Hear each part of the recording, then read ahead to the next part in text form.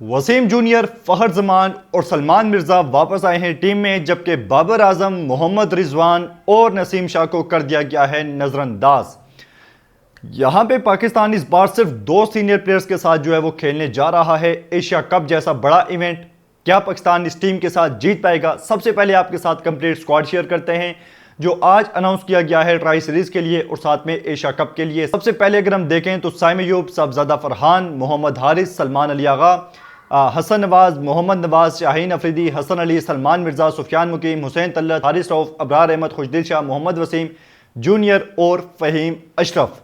ये है पाकिस्तान का स्क्वाड। अब यहाँ पे बैटिंग में सिर्फ दो सीनियर प्लेयर पाकिस्तान के पास हैं, एक फहर जमान और दूसरा सलमान अली आगा। फहर जमान से बहुत ज़्यादा एक्सपेक्टेशंस हैं, क्योंकि हमेशा कहा जाता है कि फखर जमान बड़े मैच के बड़े खिलाड़ी हैं। तो अब वक्त आ गया है कि फखर जमान को अपने आप को साबित करना पड़ेगा, क्योंकि पाकिस्तान उनके साथ एक बड़ी जो है वो इवेंट खेलने जा रहा है और साथ में उन पे जो भरोसा है वो बहुत ज़्यादा किया जा रहा है।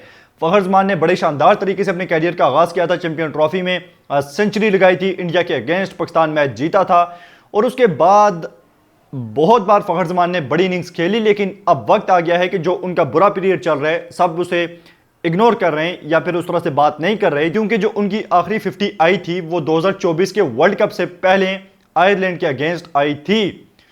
तो बहुत टाइम हो गया है, तकरीबन 15-16 इनिंग्स हो गई हैं और 1.5-2 साल होने को हैं, उनकी कोई 50 नहीं आई। तो फखर जमान क्योंकि सीनियर प्लेयर हैं, उनसे एक्सपेक्टेशन ज़्यादा हैं, तो उन्हें परफॉर्म करना पड़ेगा। साथ में सलमान अली आगा की बात करें तो ये उनके लिए एक बहुत बड़ा टेस्ट होगा, बड़ा इवेंट है, कप्तानी पहली बार कर रहे हैं बड़े इवेंट में, साथ में अपनी बैटिंग का प्रेशर है, स्ट्राइक रेट का प्रेशर है। तो इन सारी चीज़ों को लेकर वो कैसे चलेंगे, ये एक उनके लिए बड़ा जो है वो मुश्किल काम होगा, लेकिन उन्हें लेकर चलना पड़ेगा, क्योंकि बाबर पे, रिजवान पे इन्हें ड्रॉप करने की वजह स्ट्राइक रेट है। तो यहाँ पे सलमान अली आगा को इस चीज़ को मद्देनज़र रखना होगा और साथ में अगर वो स्ट्राइक रेट अपना बेहतर नहीं रखते तो फिर जो प्रेशर होगा वो ज़्यादा होगा हसन नवाज जैसे यंगस्टर पे, तो फिर मुश्किलात भी ज़ाहिर सी बात है ज़्यादा होंगी। साथ में अगर हम देखें तो पाकिस्तान के पास जो बॉलिंग है उसकी अगर हम बात करें तो डेथ में अगर हम देखें तो वसीम जूनियर के आने से पाकिस्तान की बॉलिंग बेहतर हो जाएगी।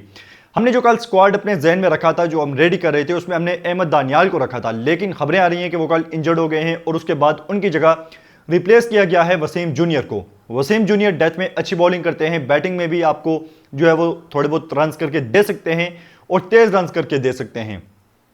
हारिस रऊफ के साथ वसीम जूनियर अगर बॉलिंग करते हैं तो पाकिस्तान के लिए ये एक फ़ायदेमंद साबित हो सकती है चीज़, क्योंकि डेथ में अगर हम देख रहे हैं पिछले काफ़ी अरसे से तो शाहीन शाह अफरीदी उस तरह से डिलीवर नहीं कर पा रहे और यहाँ पे नसीम शाह नहीं है, जिन्होंने 2 दफ़ा अफगानिस्तान को अपनी बैटिंग से शिकस्त दी। एक बार वो 10 रन चाहिए थे ओवर में और एक बार जो 2 छक्के उन्होंने लगाए थे शानदार किस्म के, लेकिन बॉलिंग से उस तरह से वो परफॉर्मेंस नहीं दे सके काफ़ी अरसे से। और जो उनके पास सलाहियत थी नई बॉल के साथ स्विंग करना, अच्छे पेस के साथ, लाइन लेंथ के साथ बॉलिंग कर रहे थे, परफेक्ट लाइन लेंथ के साथ, वो उससे भी काफ़ी ज़्यादा जो है वो अब दूर हो गए। पेस उनका ड्रॉप हो गया, 145 तक वो बॉलिंग करते थे, अब 132-133 तक पेस आ गया। तो ये सारी चीज़ें जो है वो सबब बनी कि उन्हें ड्रॉप कर दिया गया और फिटनेस भी नसीम शाह की उस तरह से अच्छी नहीं रही। साथ में अगर हम बात करें सलमान मिर्ज़ा के बारे में, सलमान मिर्ज़ा ने जो है वो अच्छी बॉलिंग की थी वर्सेस बांग्लादेश, लेकिन उन्हें ड्रॉप कर दिया गया बगैर किसी वजह के, अब वापस लाए जा रहे हैं। और एक और चीज़ है कि यहाँ पे अब्बास अफरीदी होने चाहिए थे। हम हमेशा बात करते हैं अब्बास अफरीदी के बारे में, 24 मैच, 38 विकेट्स और साथ में जो उनकी बैटिंग की सलाहियत है, छक्के लगा सकते हैं और तेज़ रन्स बना सकते हैं। अब्बास अफरीदी एक ऐसा ऑलराउंडर है जो आपको T20I में, ख़ास तौर पे वनडे में हम बात नहीं करते, लेकिन T20I में पाकिस्तान को उन्हें ज़रूर शामिल करना चाहिए था, लेकिन अब्बास अफरीदी को नज़रअंदाज कर दिया गया है फिर से। और अगर हम बात करें बाकी स्पिनर्स की तो पाकिस्तान के पास इस बार स्पिनर्स बहुत अच्छे हैं। अबरार अहमद, सुफियान मुकीम, मोहम्मद नवाज जब से आए हैं और उनकी बॉलिंग में जो फॉर्म है बड़ी शानदार रही है। और साथ में अगर हम बात करें सुफियान मुकीम, जब से उन्होंने खेलना शुरू किया है वो सबकी नज़रों में है। और अबरार अहमद की जहाँ तक बात है तो हमने देखा कि अबरार अहमद ही वो बॉलर थे जिन्होंने इंडियन बैट्समैनों को परेशान किया था चैंपियन ट्रॉफी में। शुभमन गिल, विराट कोहली, और विराट कोहली उन्हें अप्रिशिएट भी कर रहे थे। तो ये जो स्पिनर्स हैं पाकिस्तान के पास इस बार, ये यकीनी तौर पे मुश्किलात पैदा कर सकते हैं दूसरी टीम्स के लिए, खास करके जब मैच होगा दुबई में। बाकी जहां तक बात है बाबर रिजवान के बारे में, तो हेड कोच और सिलेक्टर्स का यही कहना है कि बाबर रिजवान को बता दिया गया है कि किन शोबों में वो कमज़ोर हैं, खास करके स्पिन के अगेंस्ट जो बाबर के मसले मसाइल हैं, हमने पहले भी इस पर बात की थी, और साथ में जो स्ट्राइक रेट का इशू है, इन चीज़ों को उन्हें इंप्रूव करना पड़ेगा और वो वापस आ सकते हैं पाकिस्तान की टीम में, खास करके बाबर आजम। माइक हसन ने बोला है कि बाबर आजम जैसा प्लेयर आ सकता है यकीनी तौर पे इन चीज़ों को बेहतर करके वापस T20I में। और यहाँ पे मैं आपको बता दूं कि जो बिग बैश है वहाँ पे बाबर रिजवान के पास एक बड़ा मौका होगा कि जो उनको अब टाइम मिला है, इस टाइम के दौरान वो जो है वो अपनी परफॉर्मेंसेस को बेहतर कर सकते हैं और फिर वापस टीम में आ सकते हैं बिग बैश में परफॉर्म करने के बाद।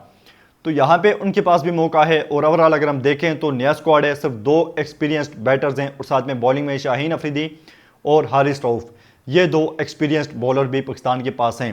तो आपकी राय में क्या पाकिस्तान इस स्क्वाड के साथ एशिया कप और T20I सीरीज जीत सकता है या इंडिया को शिकस्त दे सकता है? अपनी राय का इजहार कमेंट बॉक्स में लाजमी कीजिएगा।